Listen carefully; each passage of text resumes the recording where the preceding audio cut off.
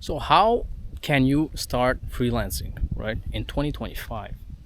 So everyone has their own situation, like with how you call that, with career, right, with their career and their background, right? And I think one of the best ways you can start freelancing is by leveraging your past experience, right? Whether, I don't know, you had a background in software engineering, right, like me, or whether, I don't know, you were a cook, you were, I don't know, someone who I don't know, who builds houses, right? You can always leverage something, that an experience you have, and use that to freelance, right? So take me for example, okay? I have a background in software engineering, right? And what I did, okay, is I said, okay, I'm a software engineer, and I want to start freelancing, right? And I found out about technical writing. What is technical writing, right? So technical writing, it's basically writing technical content, technical documentation, right? Technical blog articles, any type of content that's technical, right?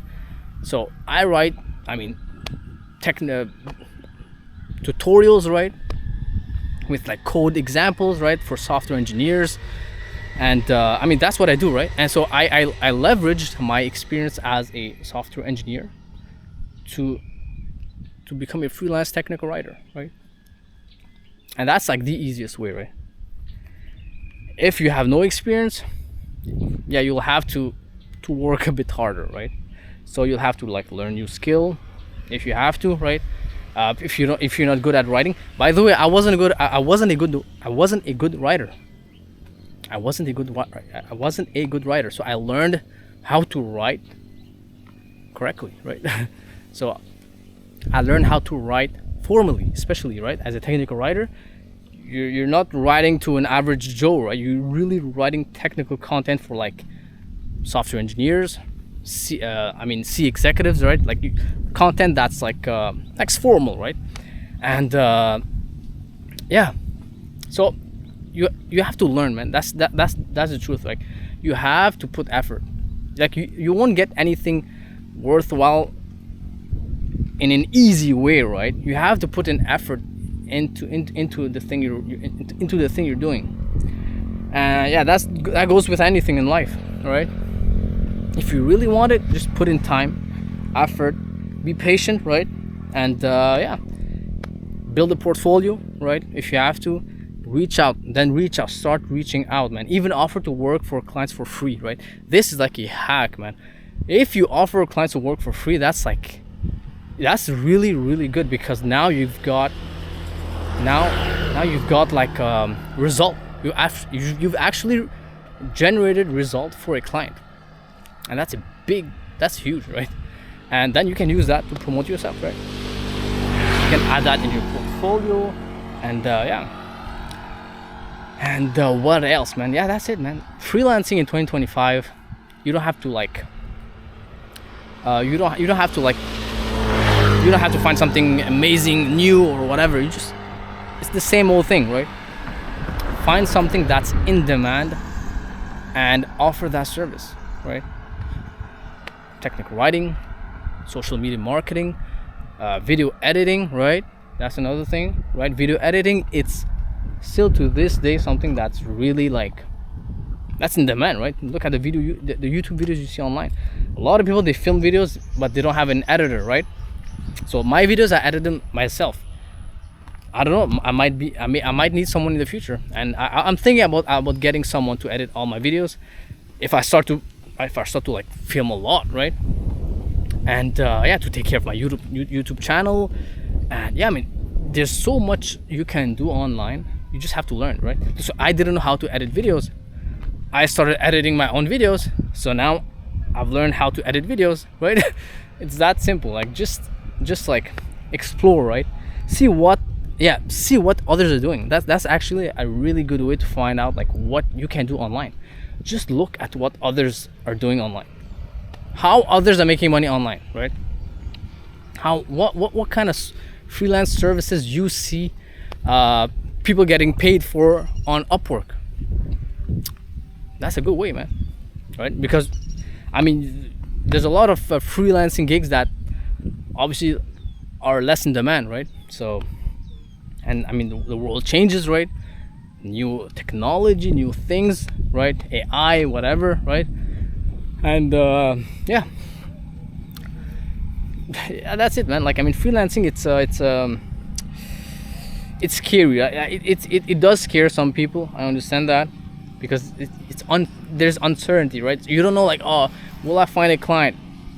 Or like, will I still be like relevant in like 5 years? Like, will people still pay me for this service? And the truth is, I mean, like with anything, right? Even with a 9 to 5, there's no guarantee that you'll keep your 9 to 5 in 3, 4, 5 years, right? You've seen this with in 2020, right? With the pandemic, what happened? Like, a lot of people lost their job. And yeah,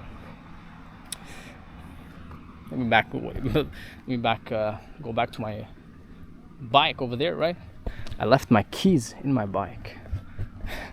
But yeah, in Indonesia, it's really safe, man. Especially this island, right? Not sure if in Jakarta that would be wise, but yeah.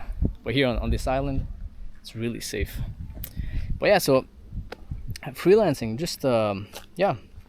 I wanted to say something. I forgot. Yeah. Don't be scared. By the way, me, most of my clients, I get them through cold email and cold LinkedIn DMs.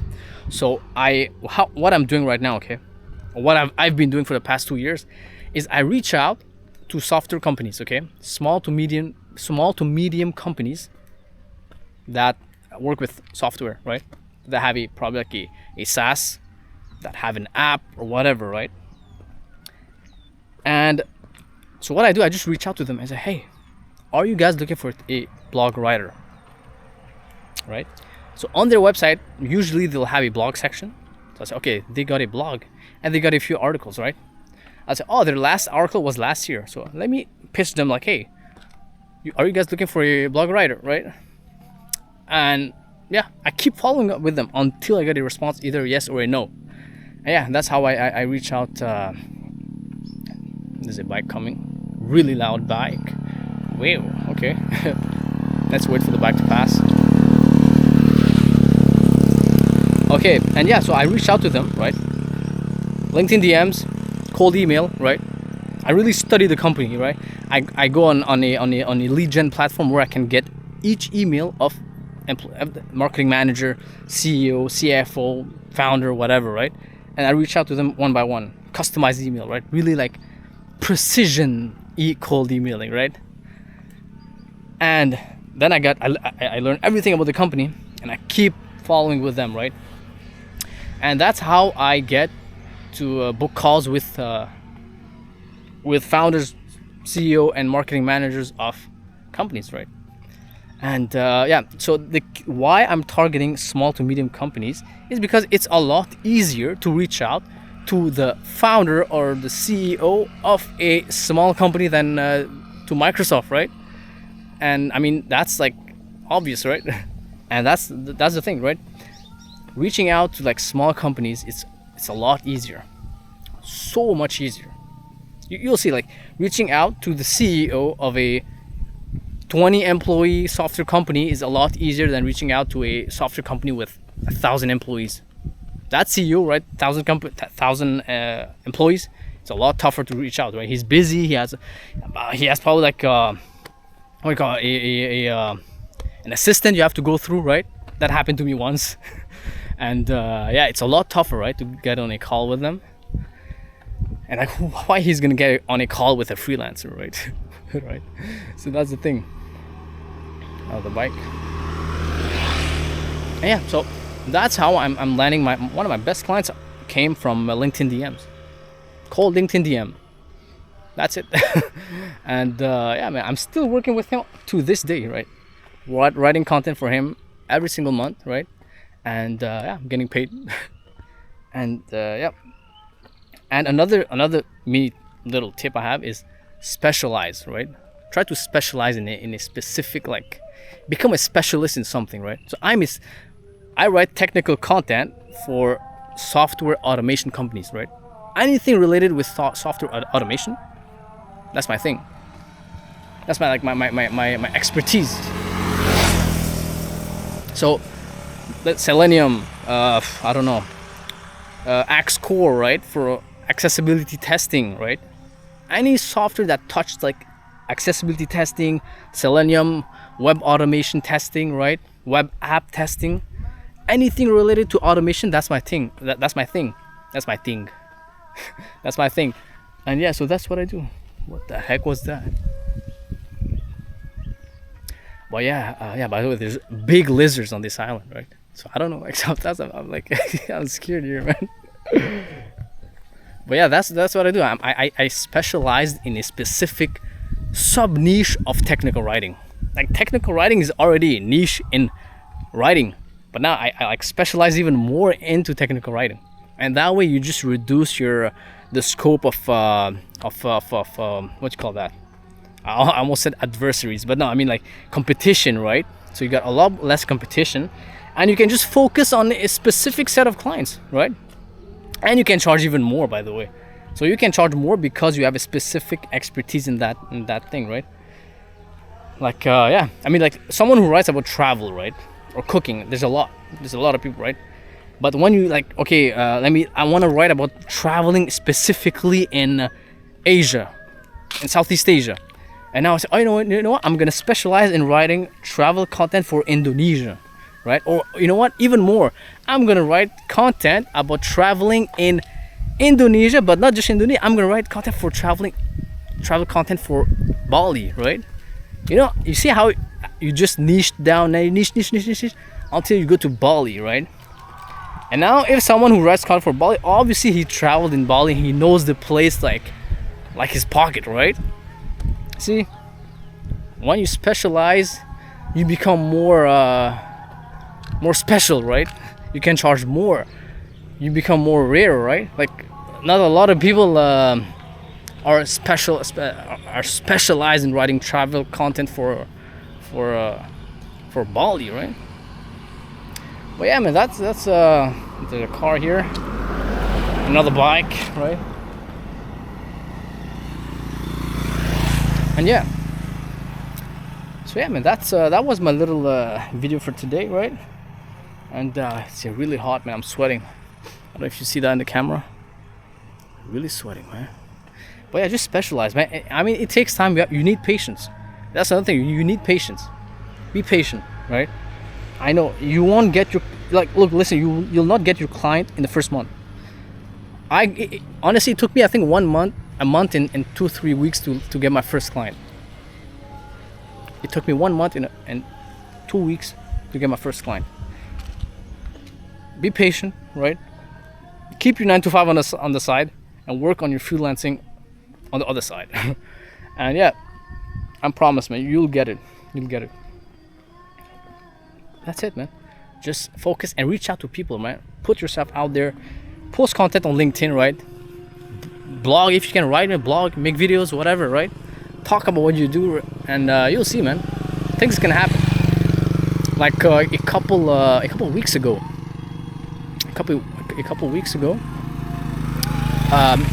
a company reached out to me for a sponsor for my newsletter, right? So if you guys don't know, I got a newsletter with about 1,000 subscribers, and yeah, someone reached out to me for a sponsorship. I was like, it's my first sponsor. I thought about doing sponsorship, right? But now it's the first time that someone's offering that to me. Look at that, how beautiful it is. The mountain over there, and the car here.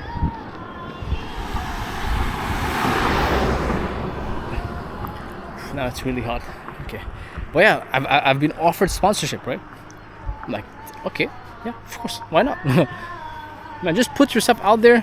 You'll see people reach out to you, man. Like, yeah. Okay, guys, that's it for today. How much we're at? How much? Like now, 13 minutes, 14 minutes video. Okay, guys, bye bye.